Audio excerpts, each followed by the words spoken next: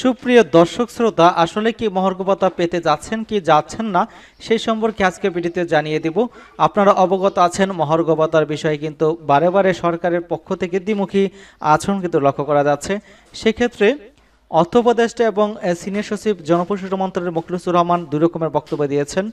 তো এই সম্পর্কে আজকে ভিডিওতে থাকবে। তবে তার আগে অনুরোধ থাকবে, আমাদের এই চ্যানেলে যারা নতুন আছেন চ্যানেলটি সাবস্ক্রাইব করে আমাদের সাথে থাকুন। সরকারি কর্মচারীরা দ্রব্যমূল্যের যে চাপে নিষ্পেষিত এবং ঋণে জর্জরিত হয়ে পড়েছেন, তাদের বাঁচাতে কিন্তু এই মুহূর্তে 50% মহার্ঘ ভাতা খুবই জরুরি। এবং এই সম্পর্কে যেটা বলা হচ্ছে যে সরকার মহার্ঘ ভাতা প্রদানের জন্য ইতিমধ্যে যে কমিটি গঠন করে দিয়েছিল, সেই কমিটির কিন্তু মিটিং হওয়ার কথা ছিল এবং অন্যান্য প্রশাসনিক জটিলতার কারণে কিন্তু মিটিং দুইটি হওয়ার পর আর সেটা মিটিং বন্ধ হয়ে যায় এবং পরবর্তী যে মিটিং কবে হবে সেটা কিন্তু তারিখ কমিটি ঘোষণা করে। তবে এ মাসে কিন্তু আরও একটি মিটিং হওয়ার ঘোষণা করা হয়েছিল। সরকারি চাকরিজীবী মহার্ঘ ভাতা দ্রুতই পাবেন নাকি আগামী সপ্তাহে মিটিং হতে পারে। কর্মকর্তা এবং কর্মচারীদের জন্য আলাদা শতকরা হার হিসেবে মহার্ঘ ভাতা দিয়ে চিন্তা চলেছিল, সেটা কিন্তু পরবর্তীতে আমরা দেখতে পেলাম যে 7,800 কিংবা 4,000 টাকা মহার্ঘ ভাতা নির্ধারণ করে একটা সংবাদ প্রচারিত হয়েছিল বিভিন্ন পত্রপত্রিকায়। তবে বৈষম্য নিরসনের জন্য কর্মচারীর শতকরা হার বেশি হবে কি নাকি সর্বনিম্ন ফিক্সড করে দেওয়া হবে সে সম্পর্কে আমরা যদি পূর্ববর্তী যে জারিকৃত মহার্ঘ ভাতার আদেশে বলা হয়েছিল যে সেখানে কিন্তু 20% হারে কিন্তু সর্বনিম্ন 1,500 টাকা এবং সর্বোচ্চ কিন্তু 6,000 টাকা নির্ধারিত ছিল। পূর্বের পে স্কেলগুলোতে যদি আমরা লক্ষ্য করি সেখানে কিন্তু দেখবো এরা তত পূর্ববর্তী কাঠামোকে অনুসরণ করেছে। আলোচনা দেখিয়ে মনে হয়েছিল যে এবারও কিন্তু তার ব্যতিক্রম হয় না। আলোচনাগুলো এটাই বোঝা গিয়েছিল যে এবছর যে পে স্কেল সুবিধা চালু হচ্ছে তার কিন্তু চালু হবে না, এটা কিন্তু তা অনুমান করে লক্ষ্য করা যাচ্ছিল। এবং এখানে আরও যেটা বলা হচ্ছে 14 লক্ষ কর্মকর্তা কর্মচারীদের মধ্যে অধিকাংশ কর্মচারী থাকা সত্ত্বেও মহার্ঘ ভাতা প্রণয়ন কমিটি কিন্তু কোনো সদস্য রাখা হয় না কর্মচারীদের মধ্যে। এবং জ্যেষ্ঠ সচিব মোখলেছুর রহমানকে জিজ্ঞাসা করা হয়েছিল যে পদোন্নতি বঞ্চিত তালিকা চাওয়া হয়েছে, সেখানে কর্মচারীদের কোনো তথ্য চাওয়া হয়নি। গত 15 বছর কি শুধুমাত্র কর্মকর্তা ওই পদোন্নতি বঞ্চিত হয়েছে নাকি সেখানে কর্মচারী ছিল? বঞ্চিত কর্মচারীদের পদোন্নতির ব্যাপারে কি কোনো সরকার কোনো পদক্ষেপ নিচ্ছে বা চিন্তা করছে কিনা, তার মানে হচ্ছে কর্মচারীদের কোনো ভূমিকা রাখেন এমনটা কিন্তু প্রশ্ন তাকে জর্জরিত করা হয়েছিল। এবং আমরা পূর্ববর্তী যে মহার্ঘ ভাতার যে প্রজ্ঞাপন সেটা আমরা দেখতে পাচ্ছি 2013 সালের, সেখানে কিন্তু 20% হারে কিন্তু মহার্ঘ ভাতা নির্ধারিত ছিল এবং অবসরপ্রাপ্ত পিআরএল যারা ছিলেন তারা কিন্তু মহার্ঘ ভাতা আবদ্ধভুক্ত ছিলেন এবং এমপিভুক্ত বেসরকারি শিক্ষা প্রতিষ্ঠানের শিক্ষক কর্মচারী কিন্তু একই হারে তারা মহার্ঘ ভাতা প্রাপ্ত হয়েছিলেন।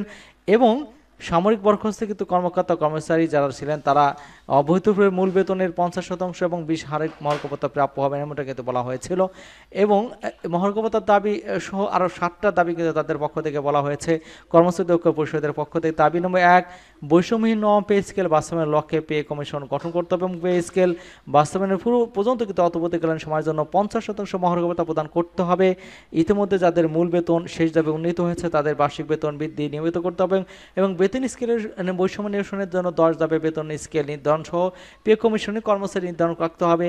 2, সচিবালয় 1995 সালে জারিকৃত প্রজ্ঞাপন অনুযায়ী সকল অধিদপ্তর পরিদপ্তর এবং স্বায়ত্তশাসিত প্রতিষ্ঠানের প্রধান সহকারী উচ্চমান সহকারী এবং হিসাব রক্ষক এবং সার্টিফিকেট সহ সভাপতিগুলোর পদবি এবং গ্রেড পরিবর্তন করে যথাক্রমে প্রশাসনিক কর্মকর্তা এবং ব্যক্তিগত কর্মকর্তার নামকরণ সহ 10ম গ্রেডে উন্নতিকরণ করতে হবে এবং এক অভিন্ন নিয়োগ বিধি প্রণয়ন করতে হবে। 2, 2015 সালে পে স্কেলের গেজেট হন কিন্তু 3টে যে টাইম স্কেল, সিলেকশন গ্রেড, পুনর্বহল সহ বেতন বিস্তৃতা পুনর্বহল এবং সকল স্বায়ত্তশাসিত প্রতিষ্ঠানিক গ্যাজেটের পাশাপাশি পেনশন পরিবর্তন সহ বিদ্যমান গ্যাজেটের অনাথ শিক্ষার 90% স্থলে 100% নির্ধারণ এবং পেনশন গ্যাজেটের 1 টাকার সমান কিন্তু 500 টাকা নির্ধারণ করতে হবে। এবং কিন্তু এভাবে কিন্তু 7টি দাবি তাদের পক্ষ থেকে করা হয়েছে। এবং আমরা দেখতে পেলাম যে এই মহার্ঘ ভাতা নিয়ে কিন্তু সরকারের পক্ষ থেকে 2 রকম বক্তব্য পাওয়া গেছে। ডক্টর মোখলেছুর রহমান তিনি বলছেন যে 30 জনের ভিতরেই মহার্ঘ ভাতা প্রাপ্য হবেন।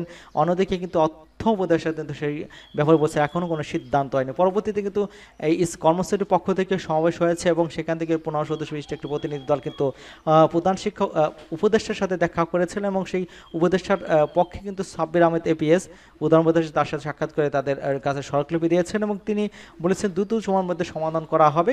সেক্ষেত্রে এই জুনের আগে হবে না এমনটা কিন্তু বলাই যাচ্ছে এবং সেই জুলাই মাসে হবে এমনটা কিন্তু আশা করা যাচ্ছে অন্য পক্ষ থেকে। এবং বিভিন্ন মাধ্যমে সংবাদ প্রচারিত হচ্ছে যে হয়তো জুলাই মাসে মহার্ঘ ভাতা পেতে যাচ্ছেন সরকারি চাকরিজীবীরা।